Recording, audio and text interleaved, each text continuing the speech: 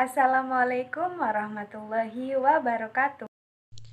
Perkenalkan, nama saya Mita Nurmalasari, NPM 1813105373. Nah, di sini saya akan membuat video pembelajaran tentang materi menganalisis interaksi antara guru dan sekolah dan menganalisis penyebab rendahnya kualitas pendidikan di Indonesia. Dari pengertian ini, kita dapat menyimpulkan bahwa guru, siswa, komunikasi, dan pendidikan merupakan salah satu sistem yang tidak dapat dipisahkan, di mana ketika adanya suatu pendidikan, maka harus ada guru untuk mendidik siswanya dan untuk menyampaikan suatu informasi dibutuhkan komunikasi antara peserta didik dan guru agar pembelajaran yang disampaikan bisa diterima dengan baik oleh peserta didik. Jadi di sini pendidikan itu sebagai wadah atau layanan untuk siswa mendapatkan pembelajaran dari guru dengan cara berkomunikasi. Nah, peran guru dalam proses belajar mengajar ini salah satunya itu sebagai motivator, yaitu memberikan dorongan dan anjuran kepada siswanya agar bisa semangat dalam belajar, bisa berpikir kritis, aktif, kreatif, serta positif. Kedua, sebagai fasilitator, yaitu guru dapat menciptakan suasana dan menyediakan fasilitas yang memungkinkan siswa dapat berinteraksi secara positif dan kreatif dalam proses pembelajaran.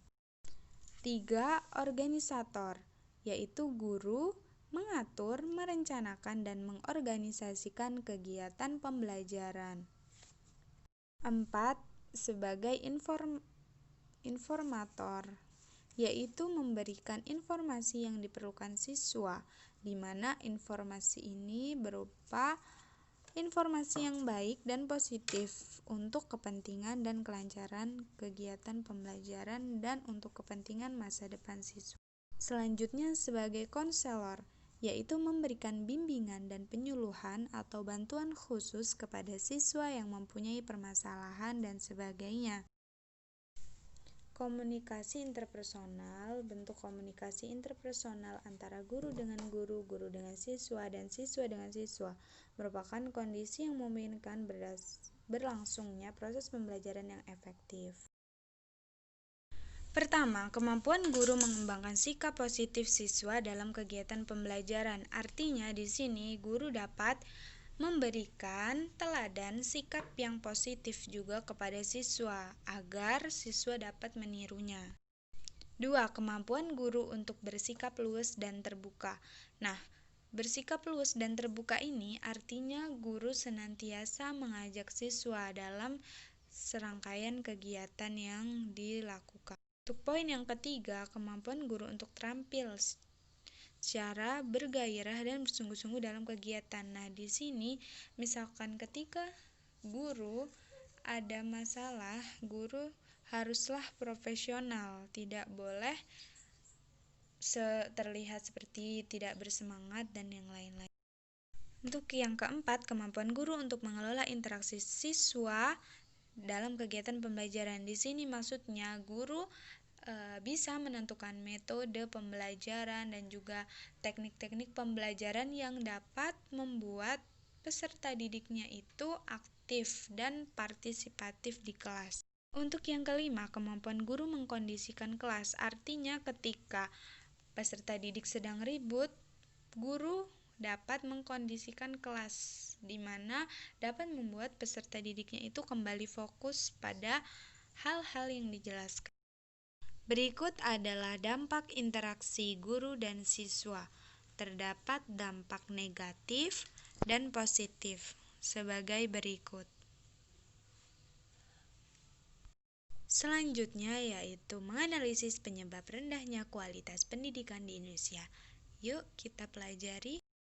Asumsi pokok pendidikan terbagi menjadi 3, yaitu pendidikan adalah aktual, artinya pendidikan bermula dari kondisi-kondisi aktual dari individu yang belajar dan lingkungan belajarnya. Kedua, pendidikan adalah normatif, artinya pendidikan tertuju pada mencapai hal-hal yang baik atau norma-norma yang baik saja. Tiga, pendidikan adalah suatu proses pencapaian tujuan, artinya pendidikan berupa serangkaian kegiatan bermula dari kondisi aktual dan individu yang belajar tertuju pada pencapaian individu yang diharapkan.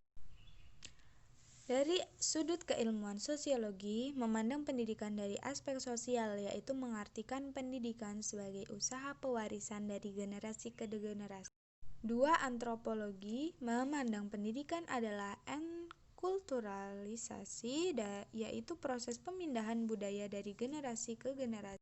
Ketiga, psikologi memandang pendidikan dari aspek tingkah laku individu, yaitu mengartikan pendidikan sebagai perkembangan kapasitas individu secara optimal. 4. Dari sudut pandang keilmuan ekonomi, yaitu memandang pendidikan sebagai usaha penanaman modal insani, human capital, yang dapat meningkatkan pertumbuhan ekonomi suatu bangsa.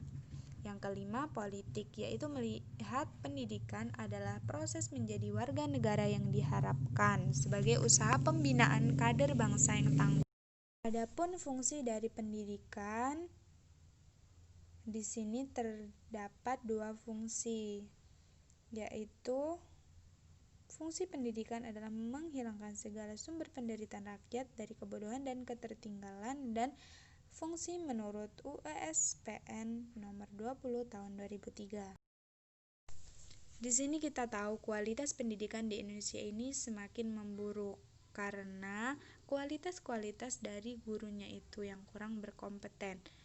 Dalam hal ini bukan hanya yang dari background pendidikan, tetapi ada guru-guru yang bukan dari background pendidikan. Sedangkan guru-guru seharusnya dari background pendidikan, sehingga tidak salah dalam menggunakan metode atau model-model pembelajaran yang sesuai dengan situasi dan kondisi di sekolah tersebut. Bagaimana solusi dari permasalahan-permasalahan pendidikan di Indonesia?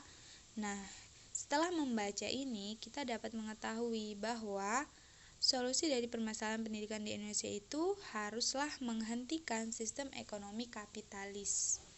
Karena sistem ekonomi ini tidak sesuai dengan sistem pendidikan yang ada di Indonesia. Sekian penjelasannya. Thank you for watching. Wassalamualaikum warahmatullahi wabarakatuh.